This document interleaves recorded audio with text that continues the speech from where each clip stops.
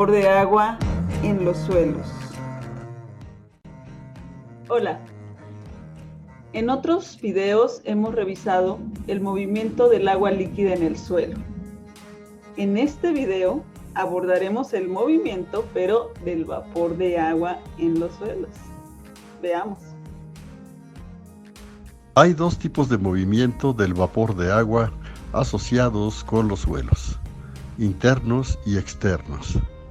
El movimiento interno tiene lugar dentro del suelo, es decir, en los poros del suelo. El movimiento externo ocurre en la superficie de la tierra y el vapor de agua se pierde por evaporación de la superficie. El vapor de agua se mueve de un punto a otro dentro del suelo en respuesta a las diferencias en presión de vapor. Por lo tanto, el vapor de agua se moverá de un suelo húmedo, donde el aire del suelo está casi 100% saturado con vapor de agua, lugar de alta presión de vapor, a un suelo más seco, donde la presión de vapor es algo menor. Además, el vapor de agua se moverá de una zona de bajo contenido de sales a una con mayor contenido de sales. Por ejemplo, alrededor de un gránulo de fertilizante. La sal reduce la presión de vapor de agua y estimula el movimiento del agua del suelo circundante. En el inciso C de esta imagen, vemos que dos pequeñas manchas de suelo se han oscurecido por la humedad. Debajo de cada uno de estos puntos, el agricultor africano había enterrado una cucharada de fertilizante soluble en el suelo relativamente seco.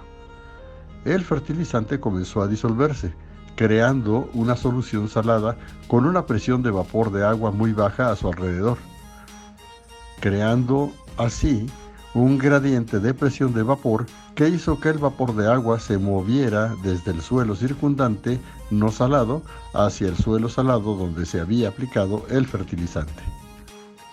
Si baja la temperatura de una parte de un suelo uniformemente húmedo, la presión de vapor disminuirá y el vapor de agua tenderá a moverse hacia esta parte más fría. El calentamiento tendrá el efecto opuesto, ya que el calentamiento aumentará la presión de vapor y el vapor de agua se alejará del área calentada. Esta figura ilustra las relaciones que acabamos de mencionar. Vemos el movimiento de vapor causado por gradientes de presión de vapor entre zonas de suelo que difieren en temperatura, humedad y salinidad. El inciso A muestra los gradientes casi en sentidos opuestos, resultando solo un pequeño gradiente de presión de vapor neto y un movimiento neto de vapor de agua, representado por la flecha vertical pequeña. En el inciso B se observan los gradientes de humedad y temperatura coordinados y se espera una transferencia de vapor considerable si el agua líquida en los capilares del suelo no interfiere.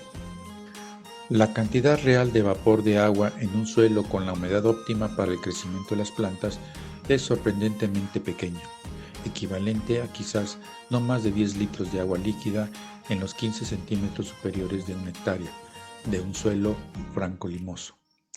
Esto se compara con unos 600.000 litros de agua líquida real en el mismo volumen de suelo. Aunque la cantidad de vapor de agua es pequeña, su movimiento en el suelo puede tener algún significado práctico. Por ejemplo, las semillas de algunas plantas pueden absorber suficiente vapor de agua del suelo para estimular la germinación. En este gráfico se demuestra que la tasa de movimiento del vapor de agua de las partículas del suelo cercanas es suficiente para germinar las semillas de trigo.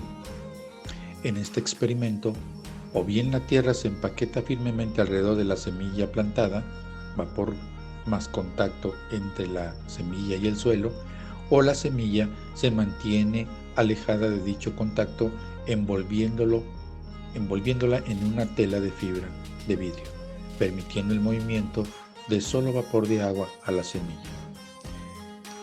Ten en cuenta que donde el agua se mueve solo en forma de vapor, la germinación de la semilla a diferentes temperaturas y a 2 potenciales hídricos del suelo es esencialmente la misma que cuando hay contacto suelo-semilla. Asimismo, en suelos secos, el movimiento del vapor de agua puede ser de considerable importancia para las plantas del desierto resistentes a la sequía, las xerófitas, muchas de las cuales pueden existir en contenidos de agua del suelo extremadamente bajos. Por ejemplo, por la noche, el horizonte de la superficie de un suelo desértico puede enfriarse lo suficiente como para provocar el movimiento de vapor desde las capas más profundas. Si se enfría lo suficiente, el vapor puede condensarse en forma de gotas de rocío en los poros del suelo, proporcionando agua a ciertos xerófitos de raíces poco profundas para sobrevivir.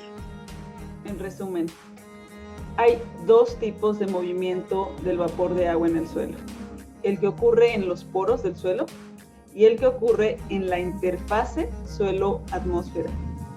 El vapor de agua se mueve de partes del suelo con mayor saturación de vapor a puntos menos saturados. Generalmente, esto ocurre de las zonas más calientes y húmedas a las zonas más frías y secas en el suelo. La presencia de sales también es importante, pues reducen la presión de vapor al atraer hacia ellas las moléculas de agua, lo que genera un flujo neto de vapor de agua a las zonas con presencia de cierto grado de salinidad.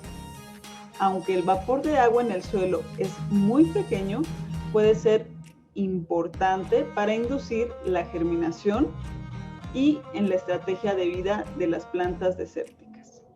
Hasta luego.